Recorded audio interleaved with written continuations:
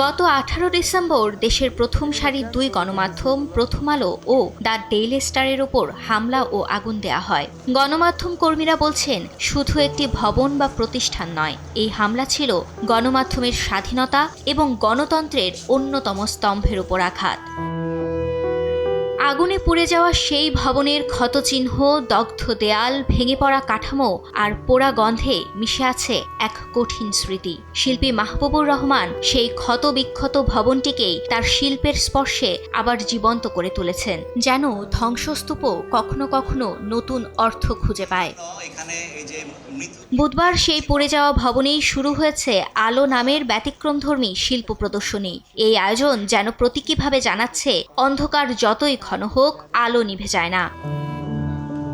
দর্শনার্থীরা বলছেন, গণমাধ্যমের উপর এ ধরনের হামলা শুধু একটি প্রতিষ্ঠানের ক্ষতি নয়, এটি রাষ্ট্রের গণতান্ত্রিক কাঠামোকেই দুর্বল করার অপচেষ্টা। গণমাধ্যম যখন আক্রান্ত হয়, গণমাধ্যম যখন জ্বালিয়ে দেওয়া হয়, তখন মনে করা হয় যে বাংলাদেশের রাষ্ট্র এবং সরকার কাঠামোর মধ্যে ঘুণে ধরেছে। ধ্বংসের যে কি কঠিন একটা চেহারা হতে পারে, কি বিকৃত একদম বিভৎস একটা চেহারা হতে পারে, তার পাশাপাশি জীবনের যে একটা উত্থান, সেটাও কিন্তু এখানে আমি দেখেছি।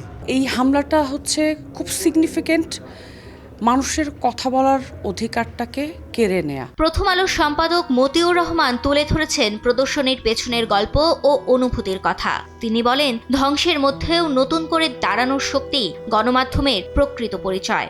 এই ঘটনাটা ঘটলো, ভাবতে ভাবতে কিছু করতে পারিনি, কি করব। মনে হলো যে আমরা তো এটা ভেঙে ফেলবো, নতুন কিছু করতে হবে, সময় চলে আসছে, তাহলে একটা কিছু করা উচিত, রক্ষা করা বা এর থেকে নতুন কিছু তৈরি করা জীবন। ভাবতে ভাবতে আমরা আনিসুজ্জামান সোহেলকে বললাম, সোহেল বলে এই কাজটা সবচেয়ে বেশি ভালো করবে মাহবুবুর রহমান।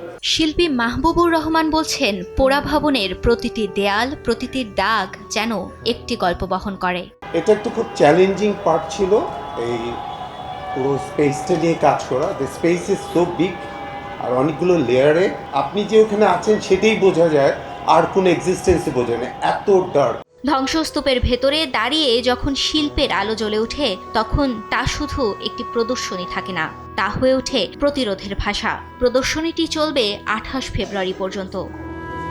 ফাহরিয়া ফারুকী, সময় সংবাদ, ঢাকা।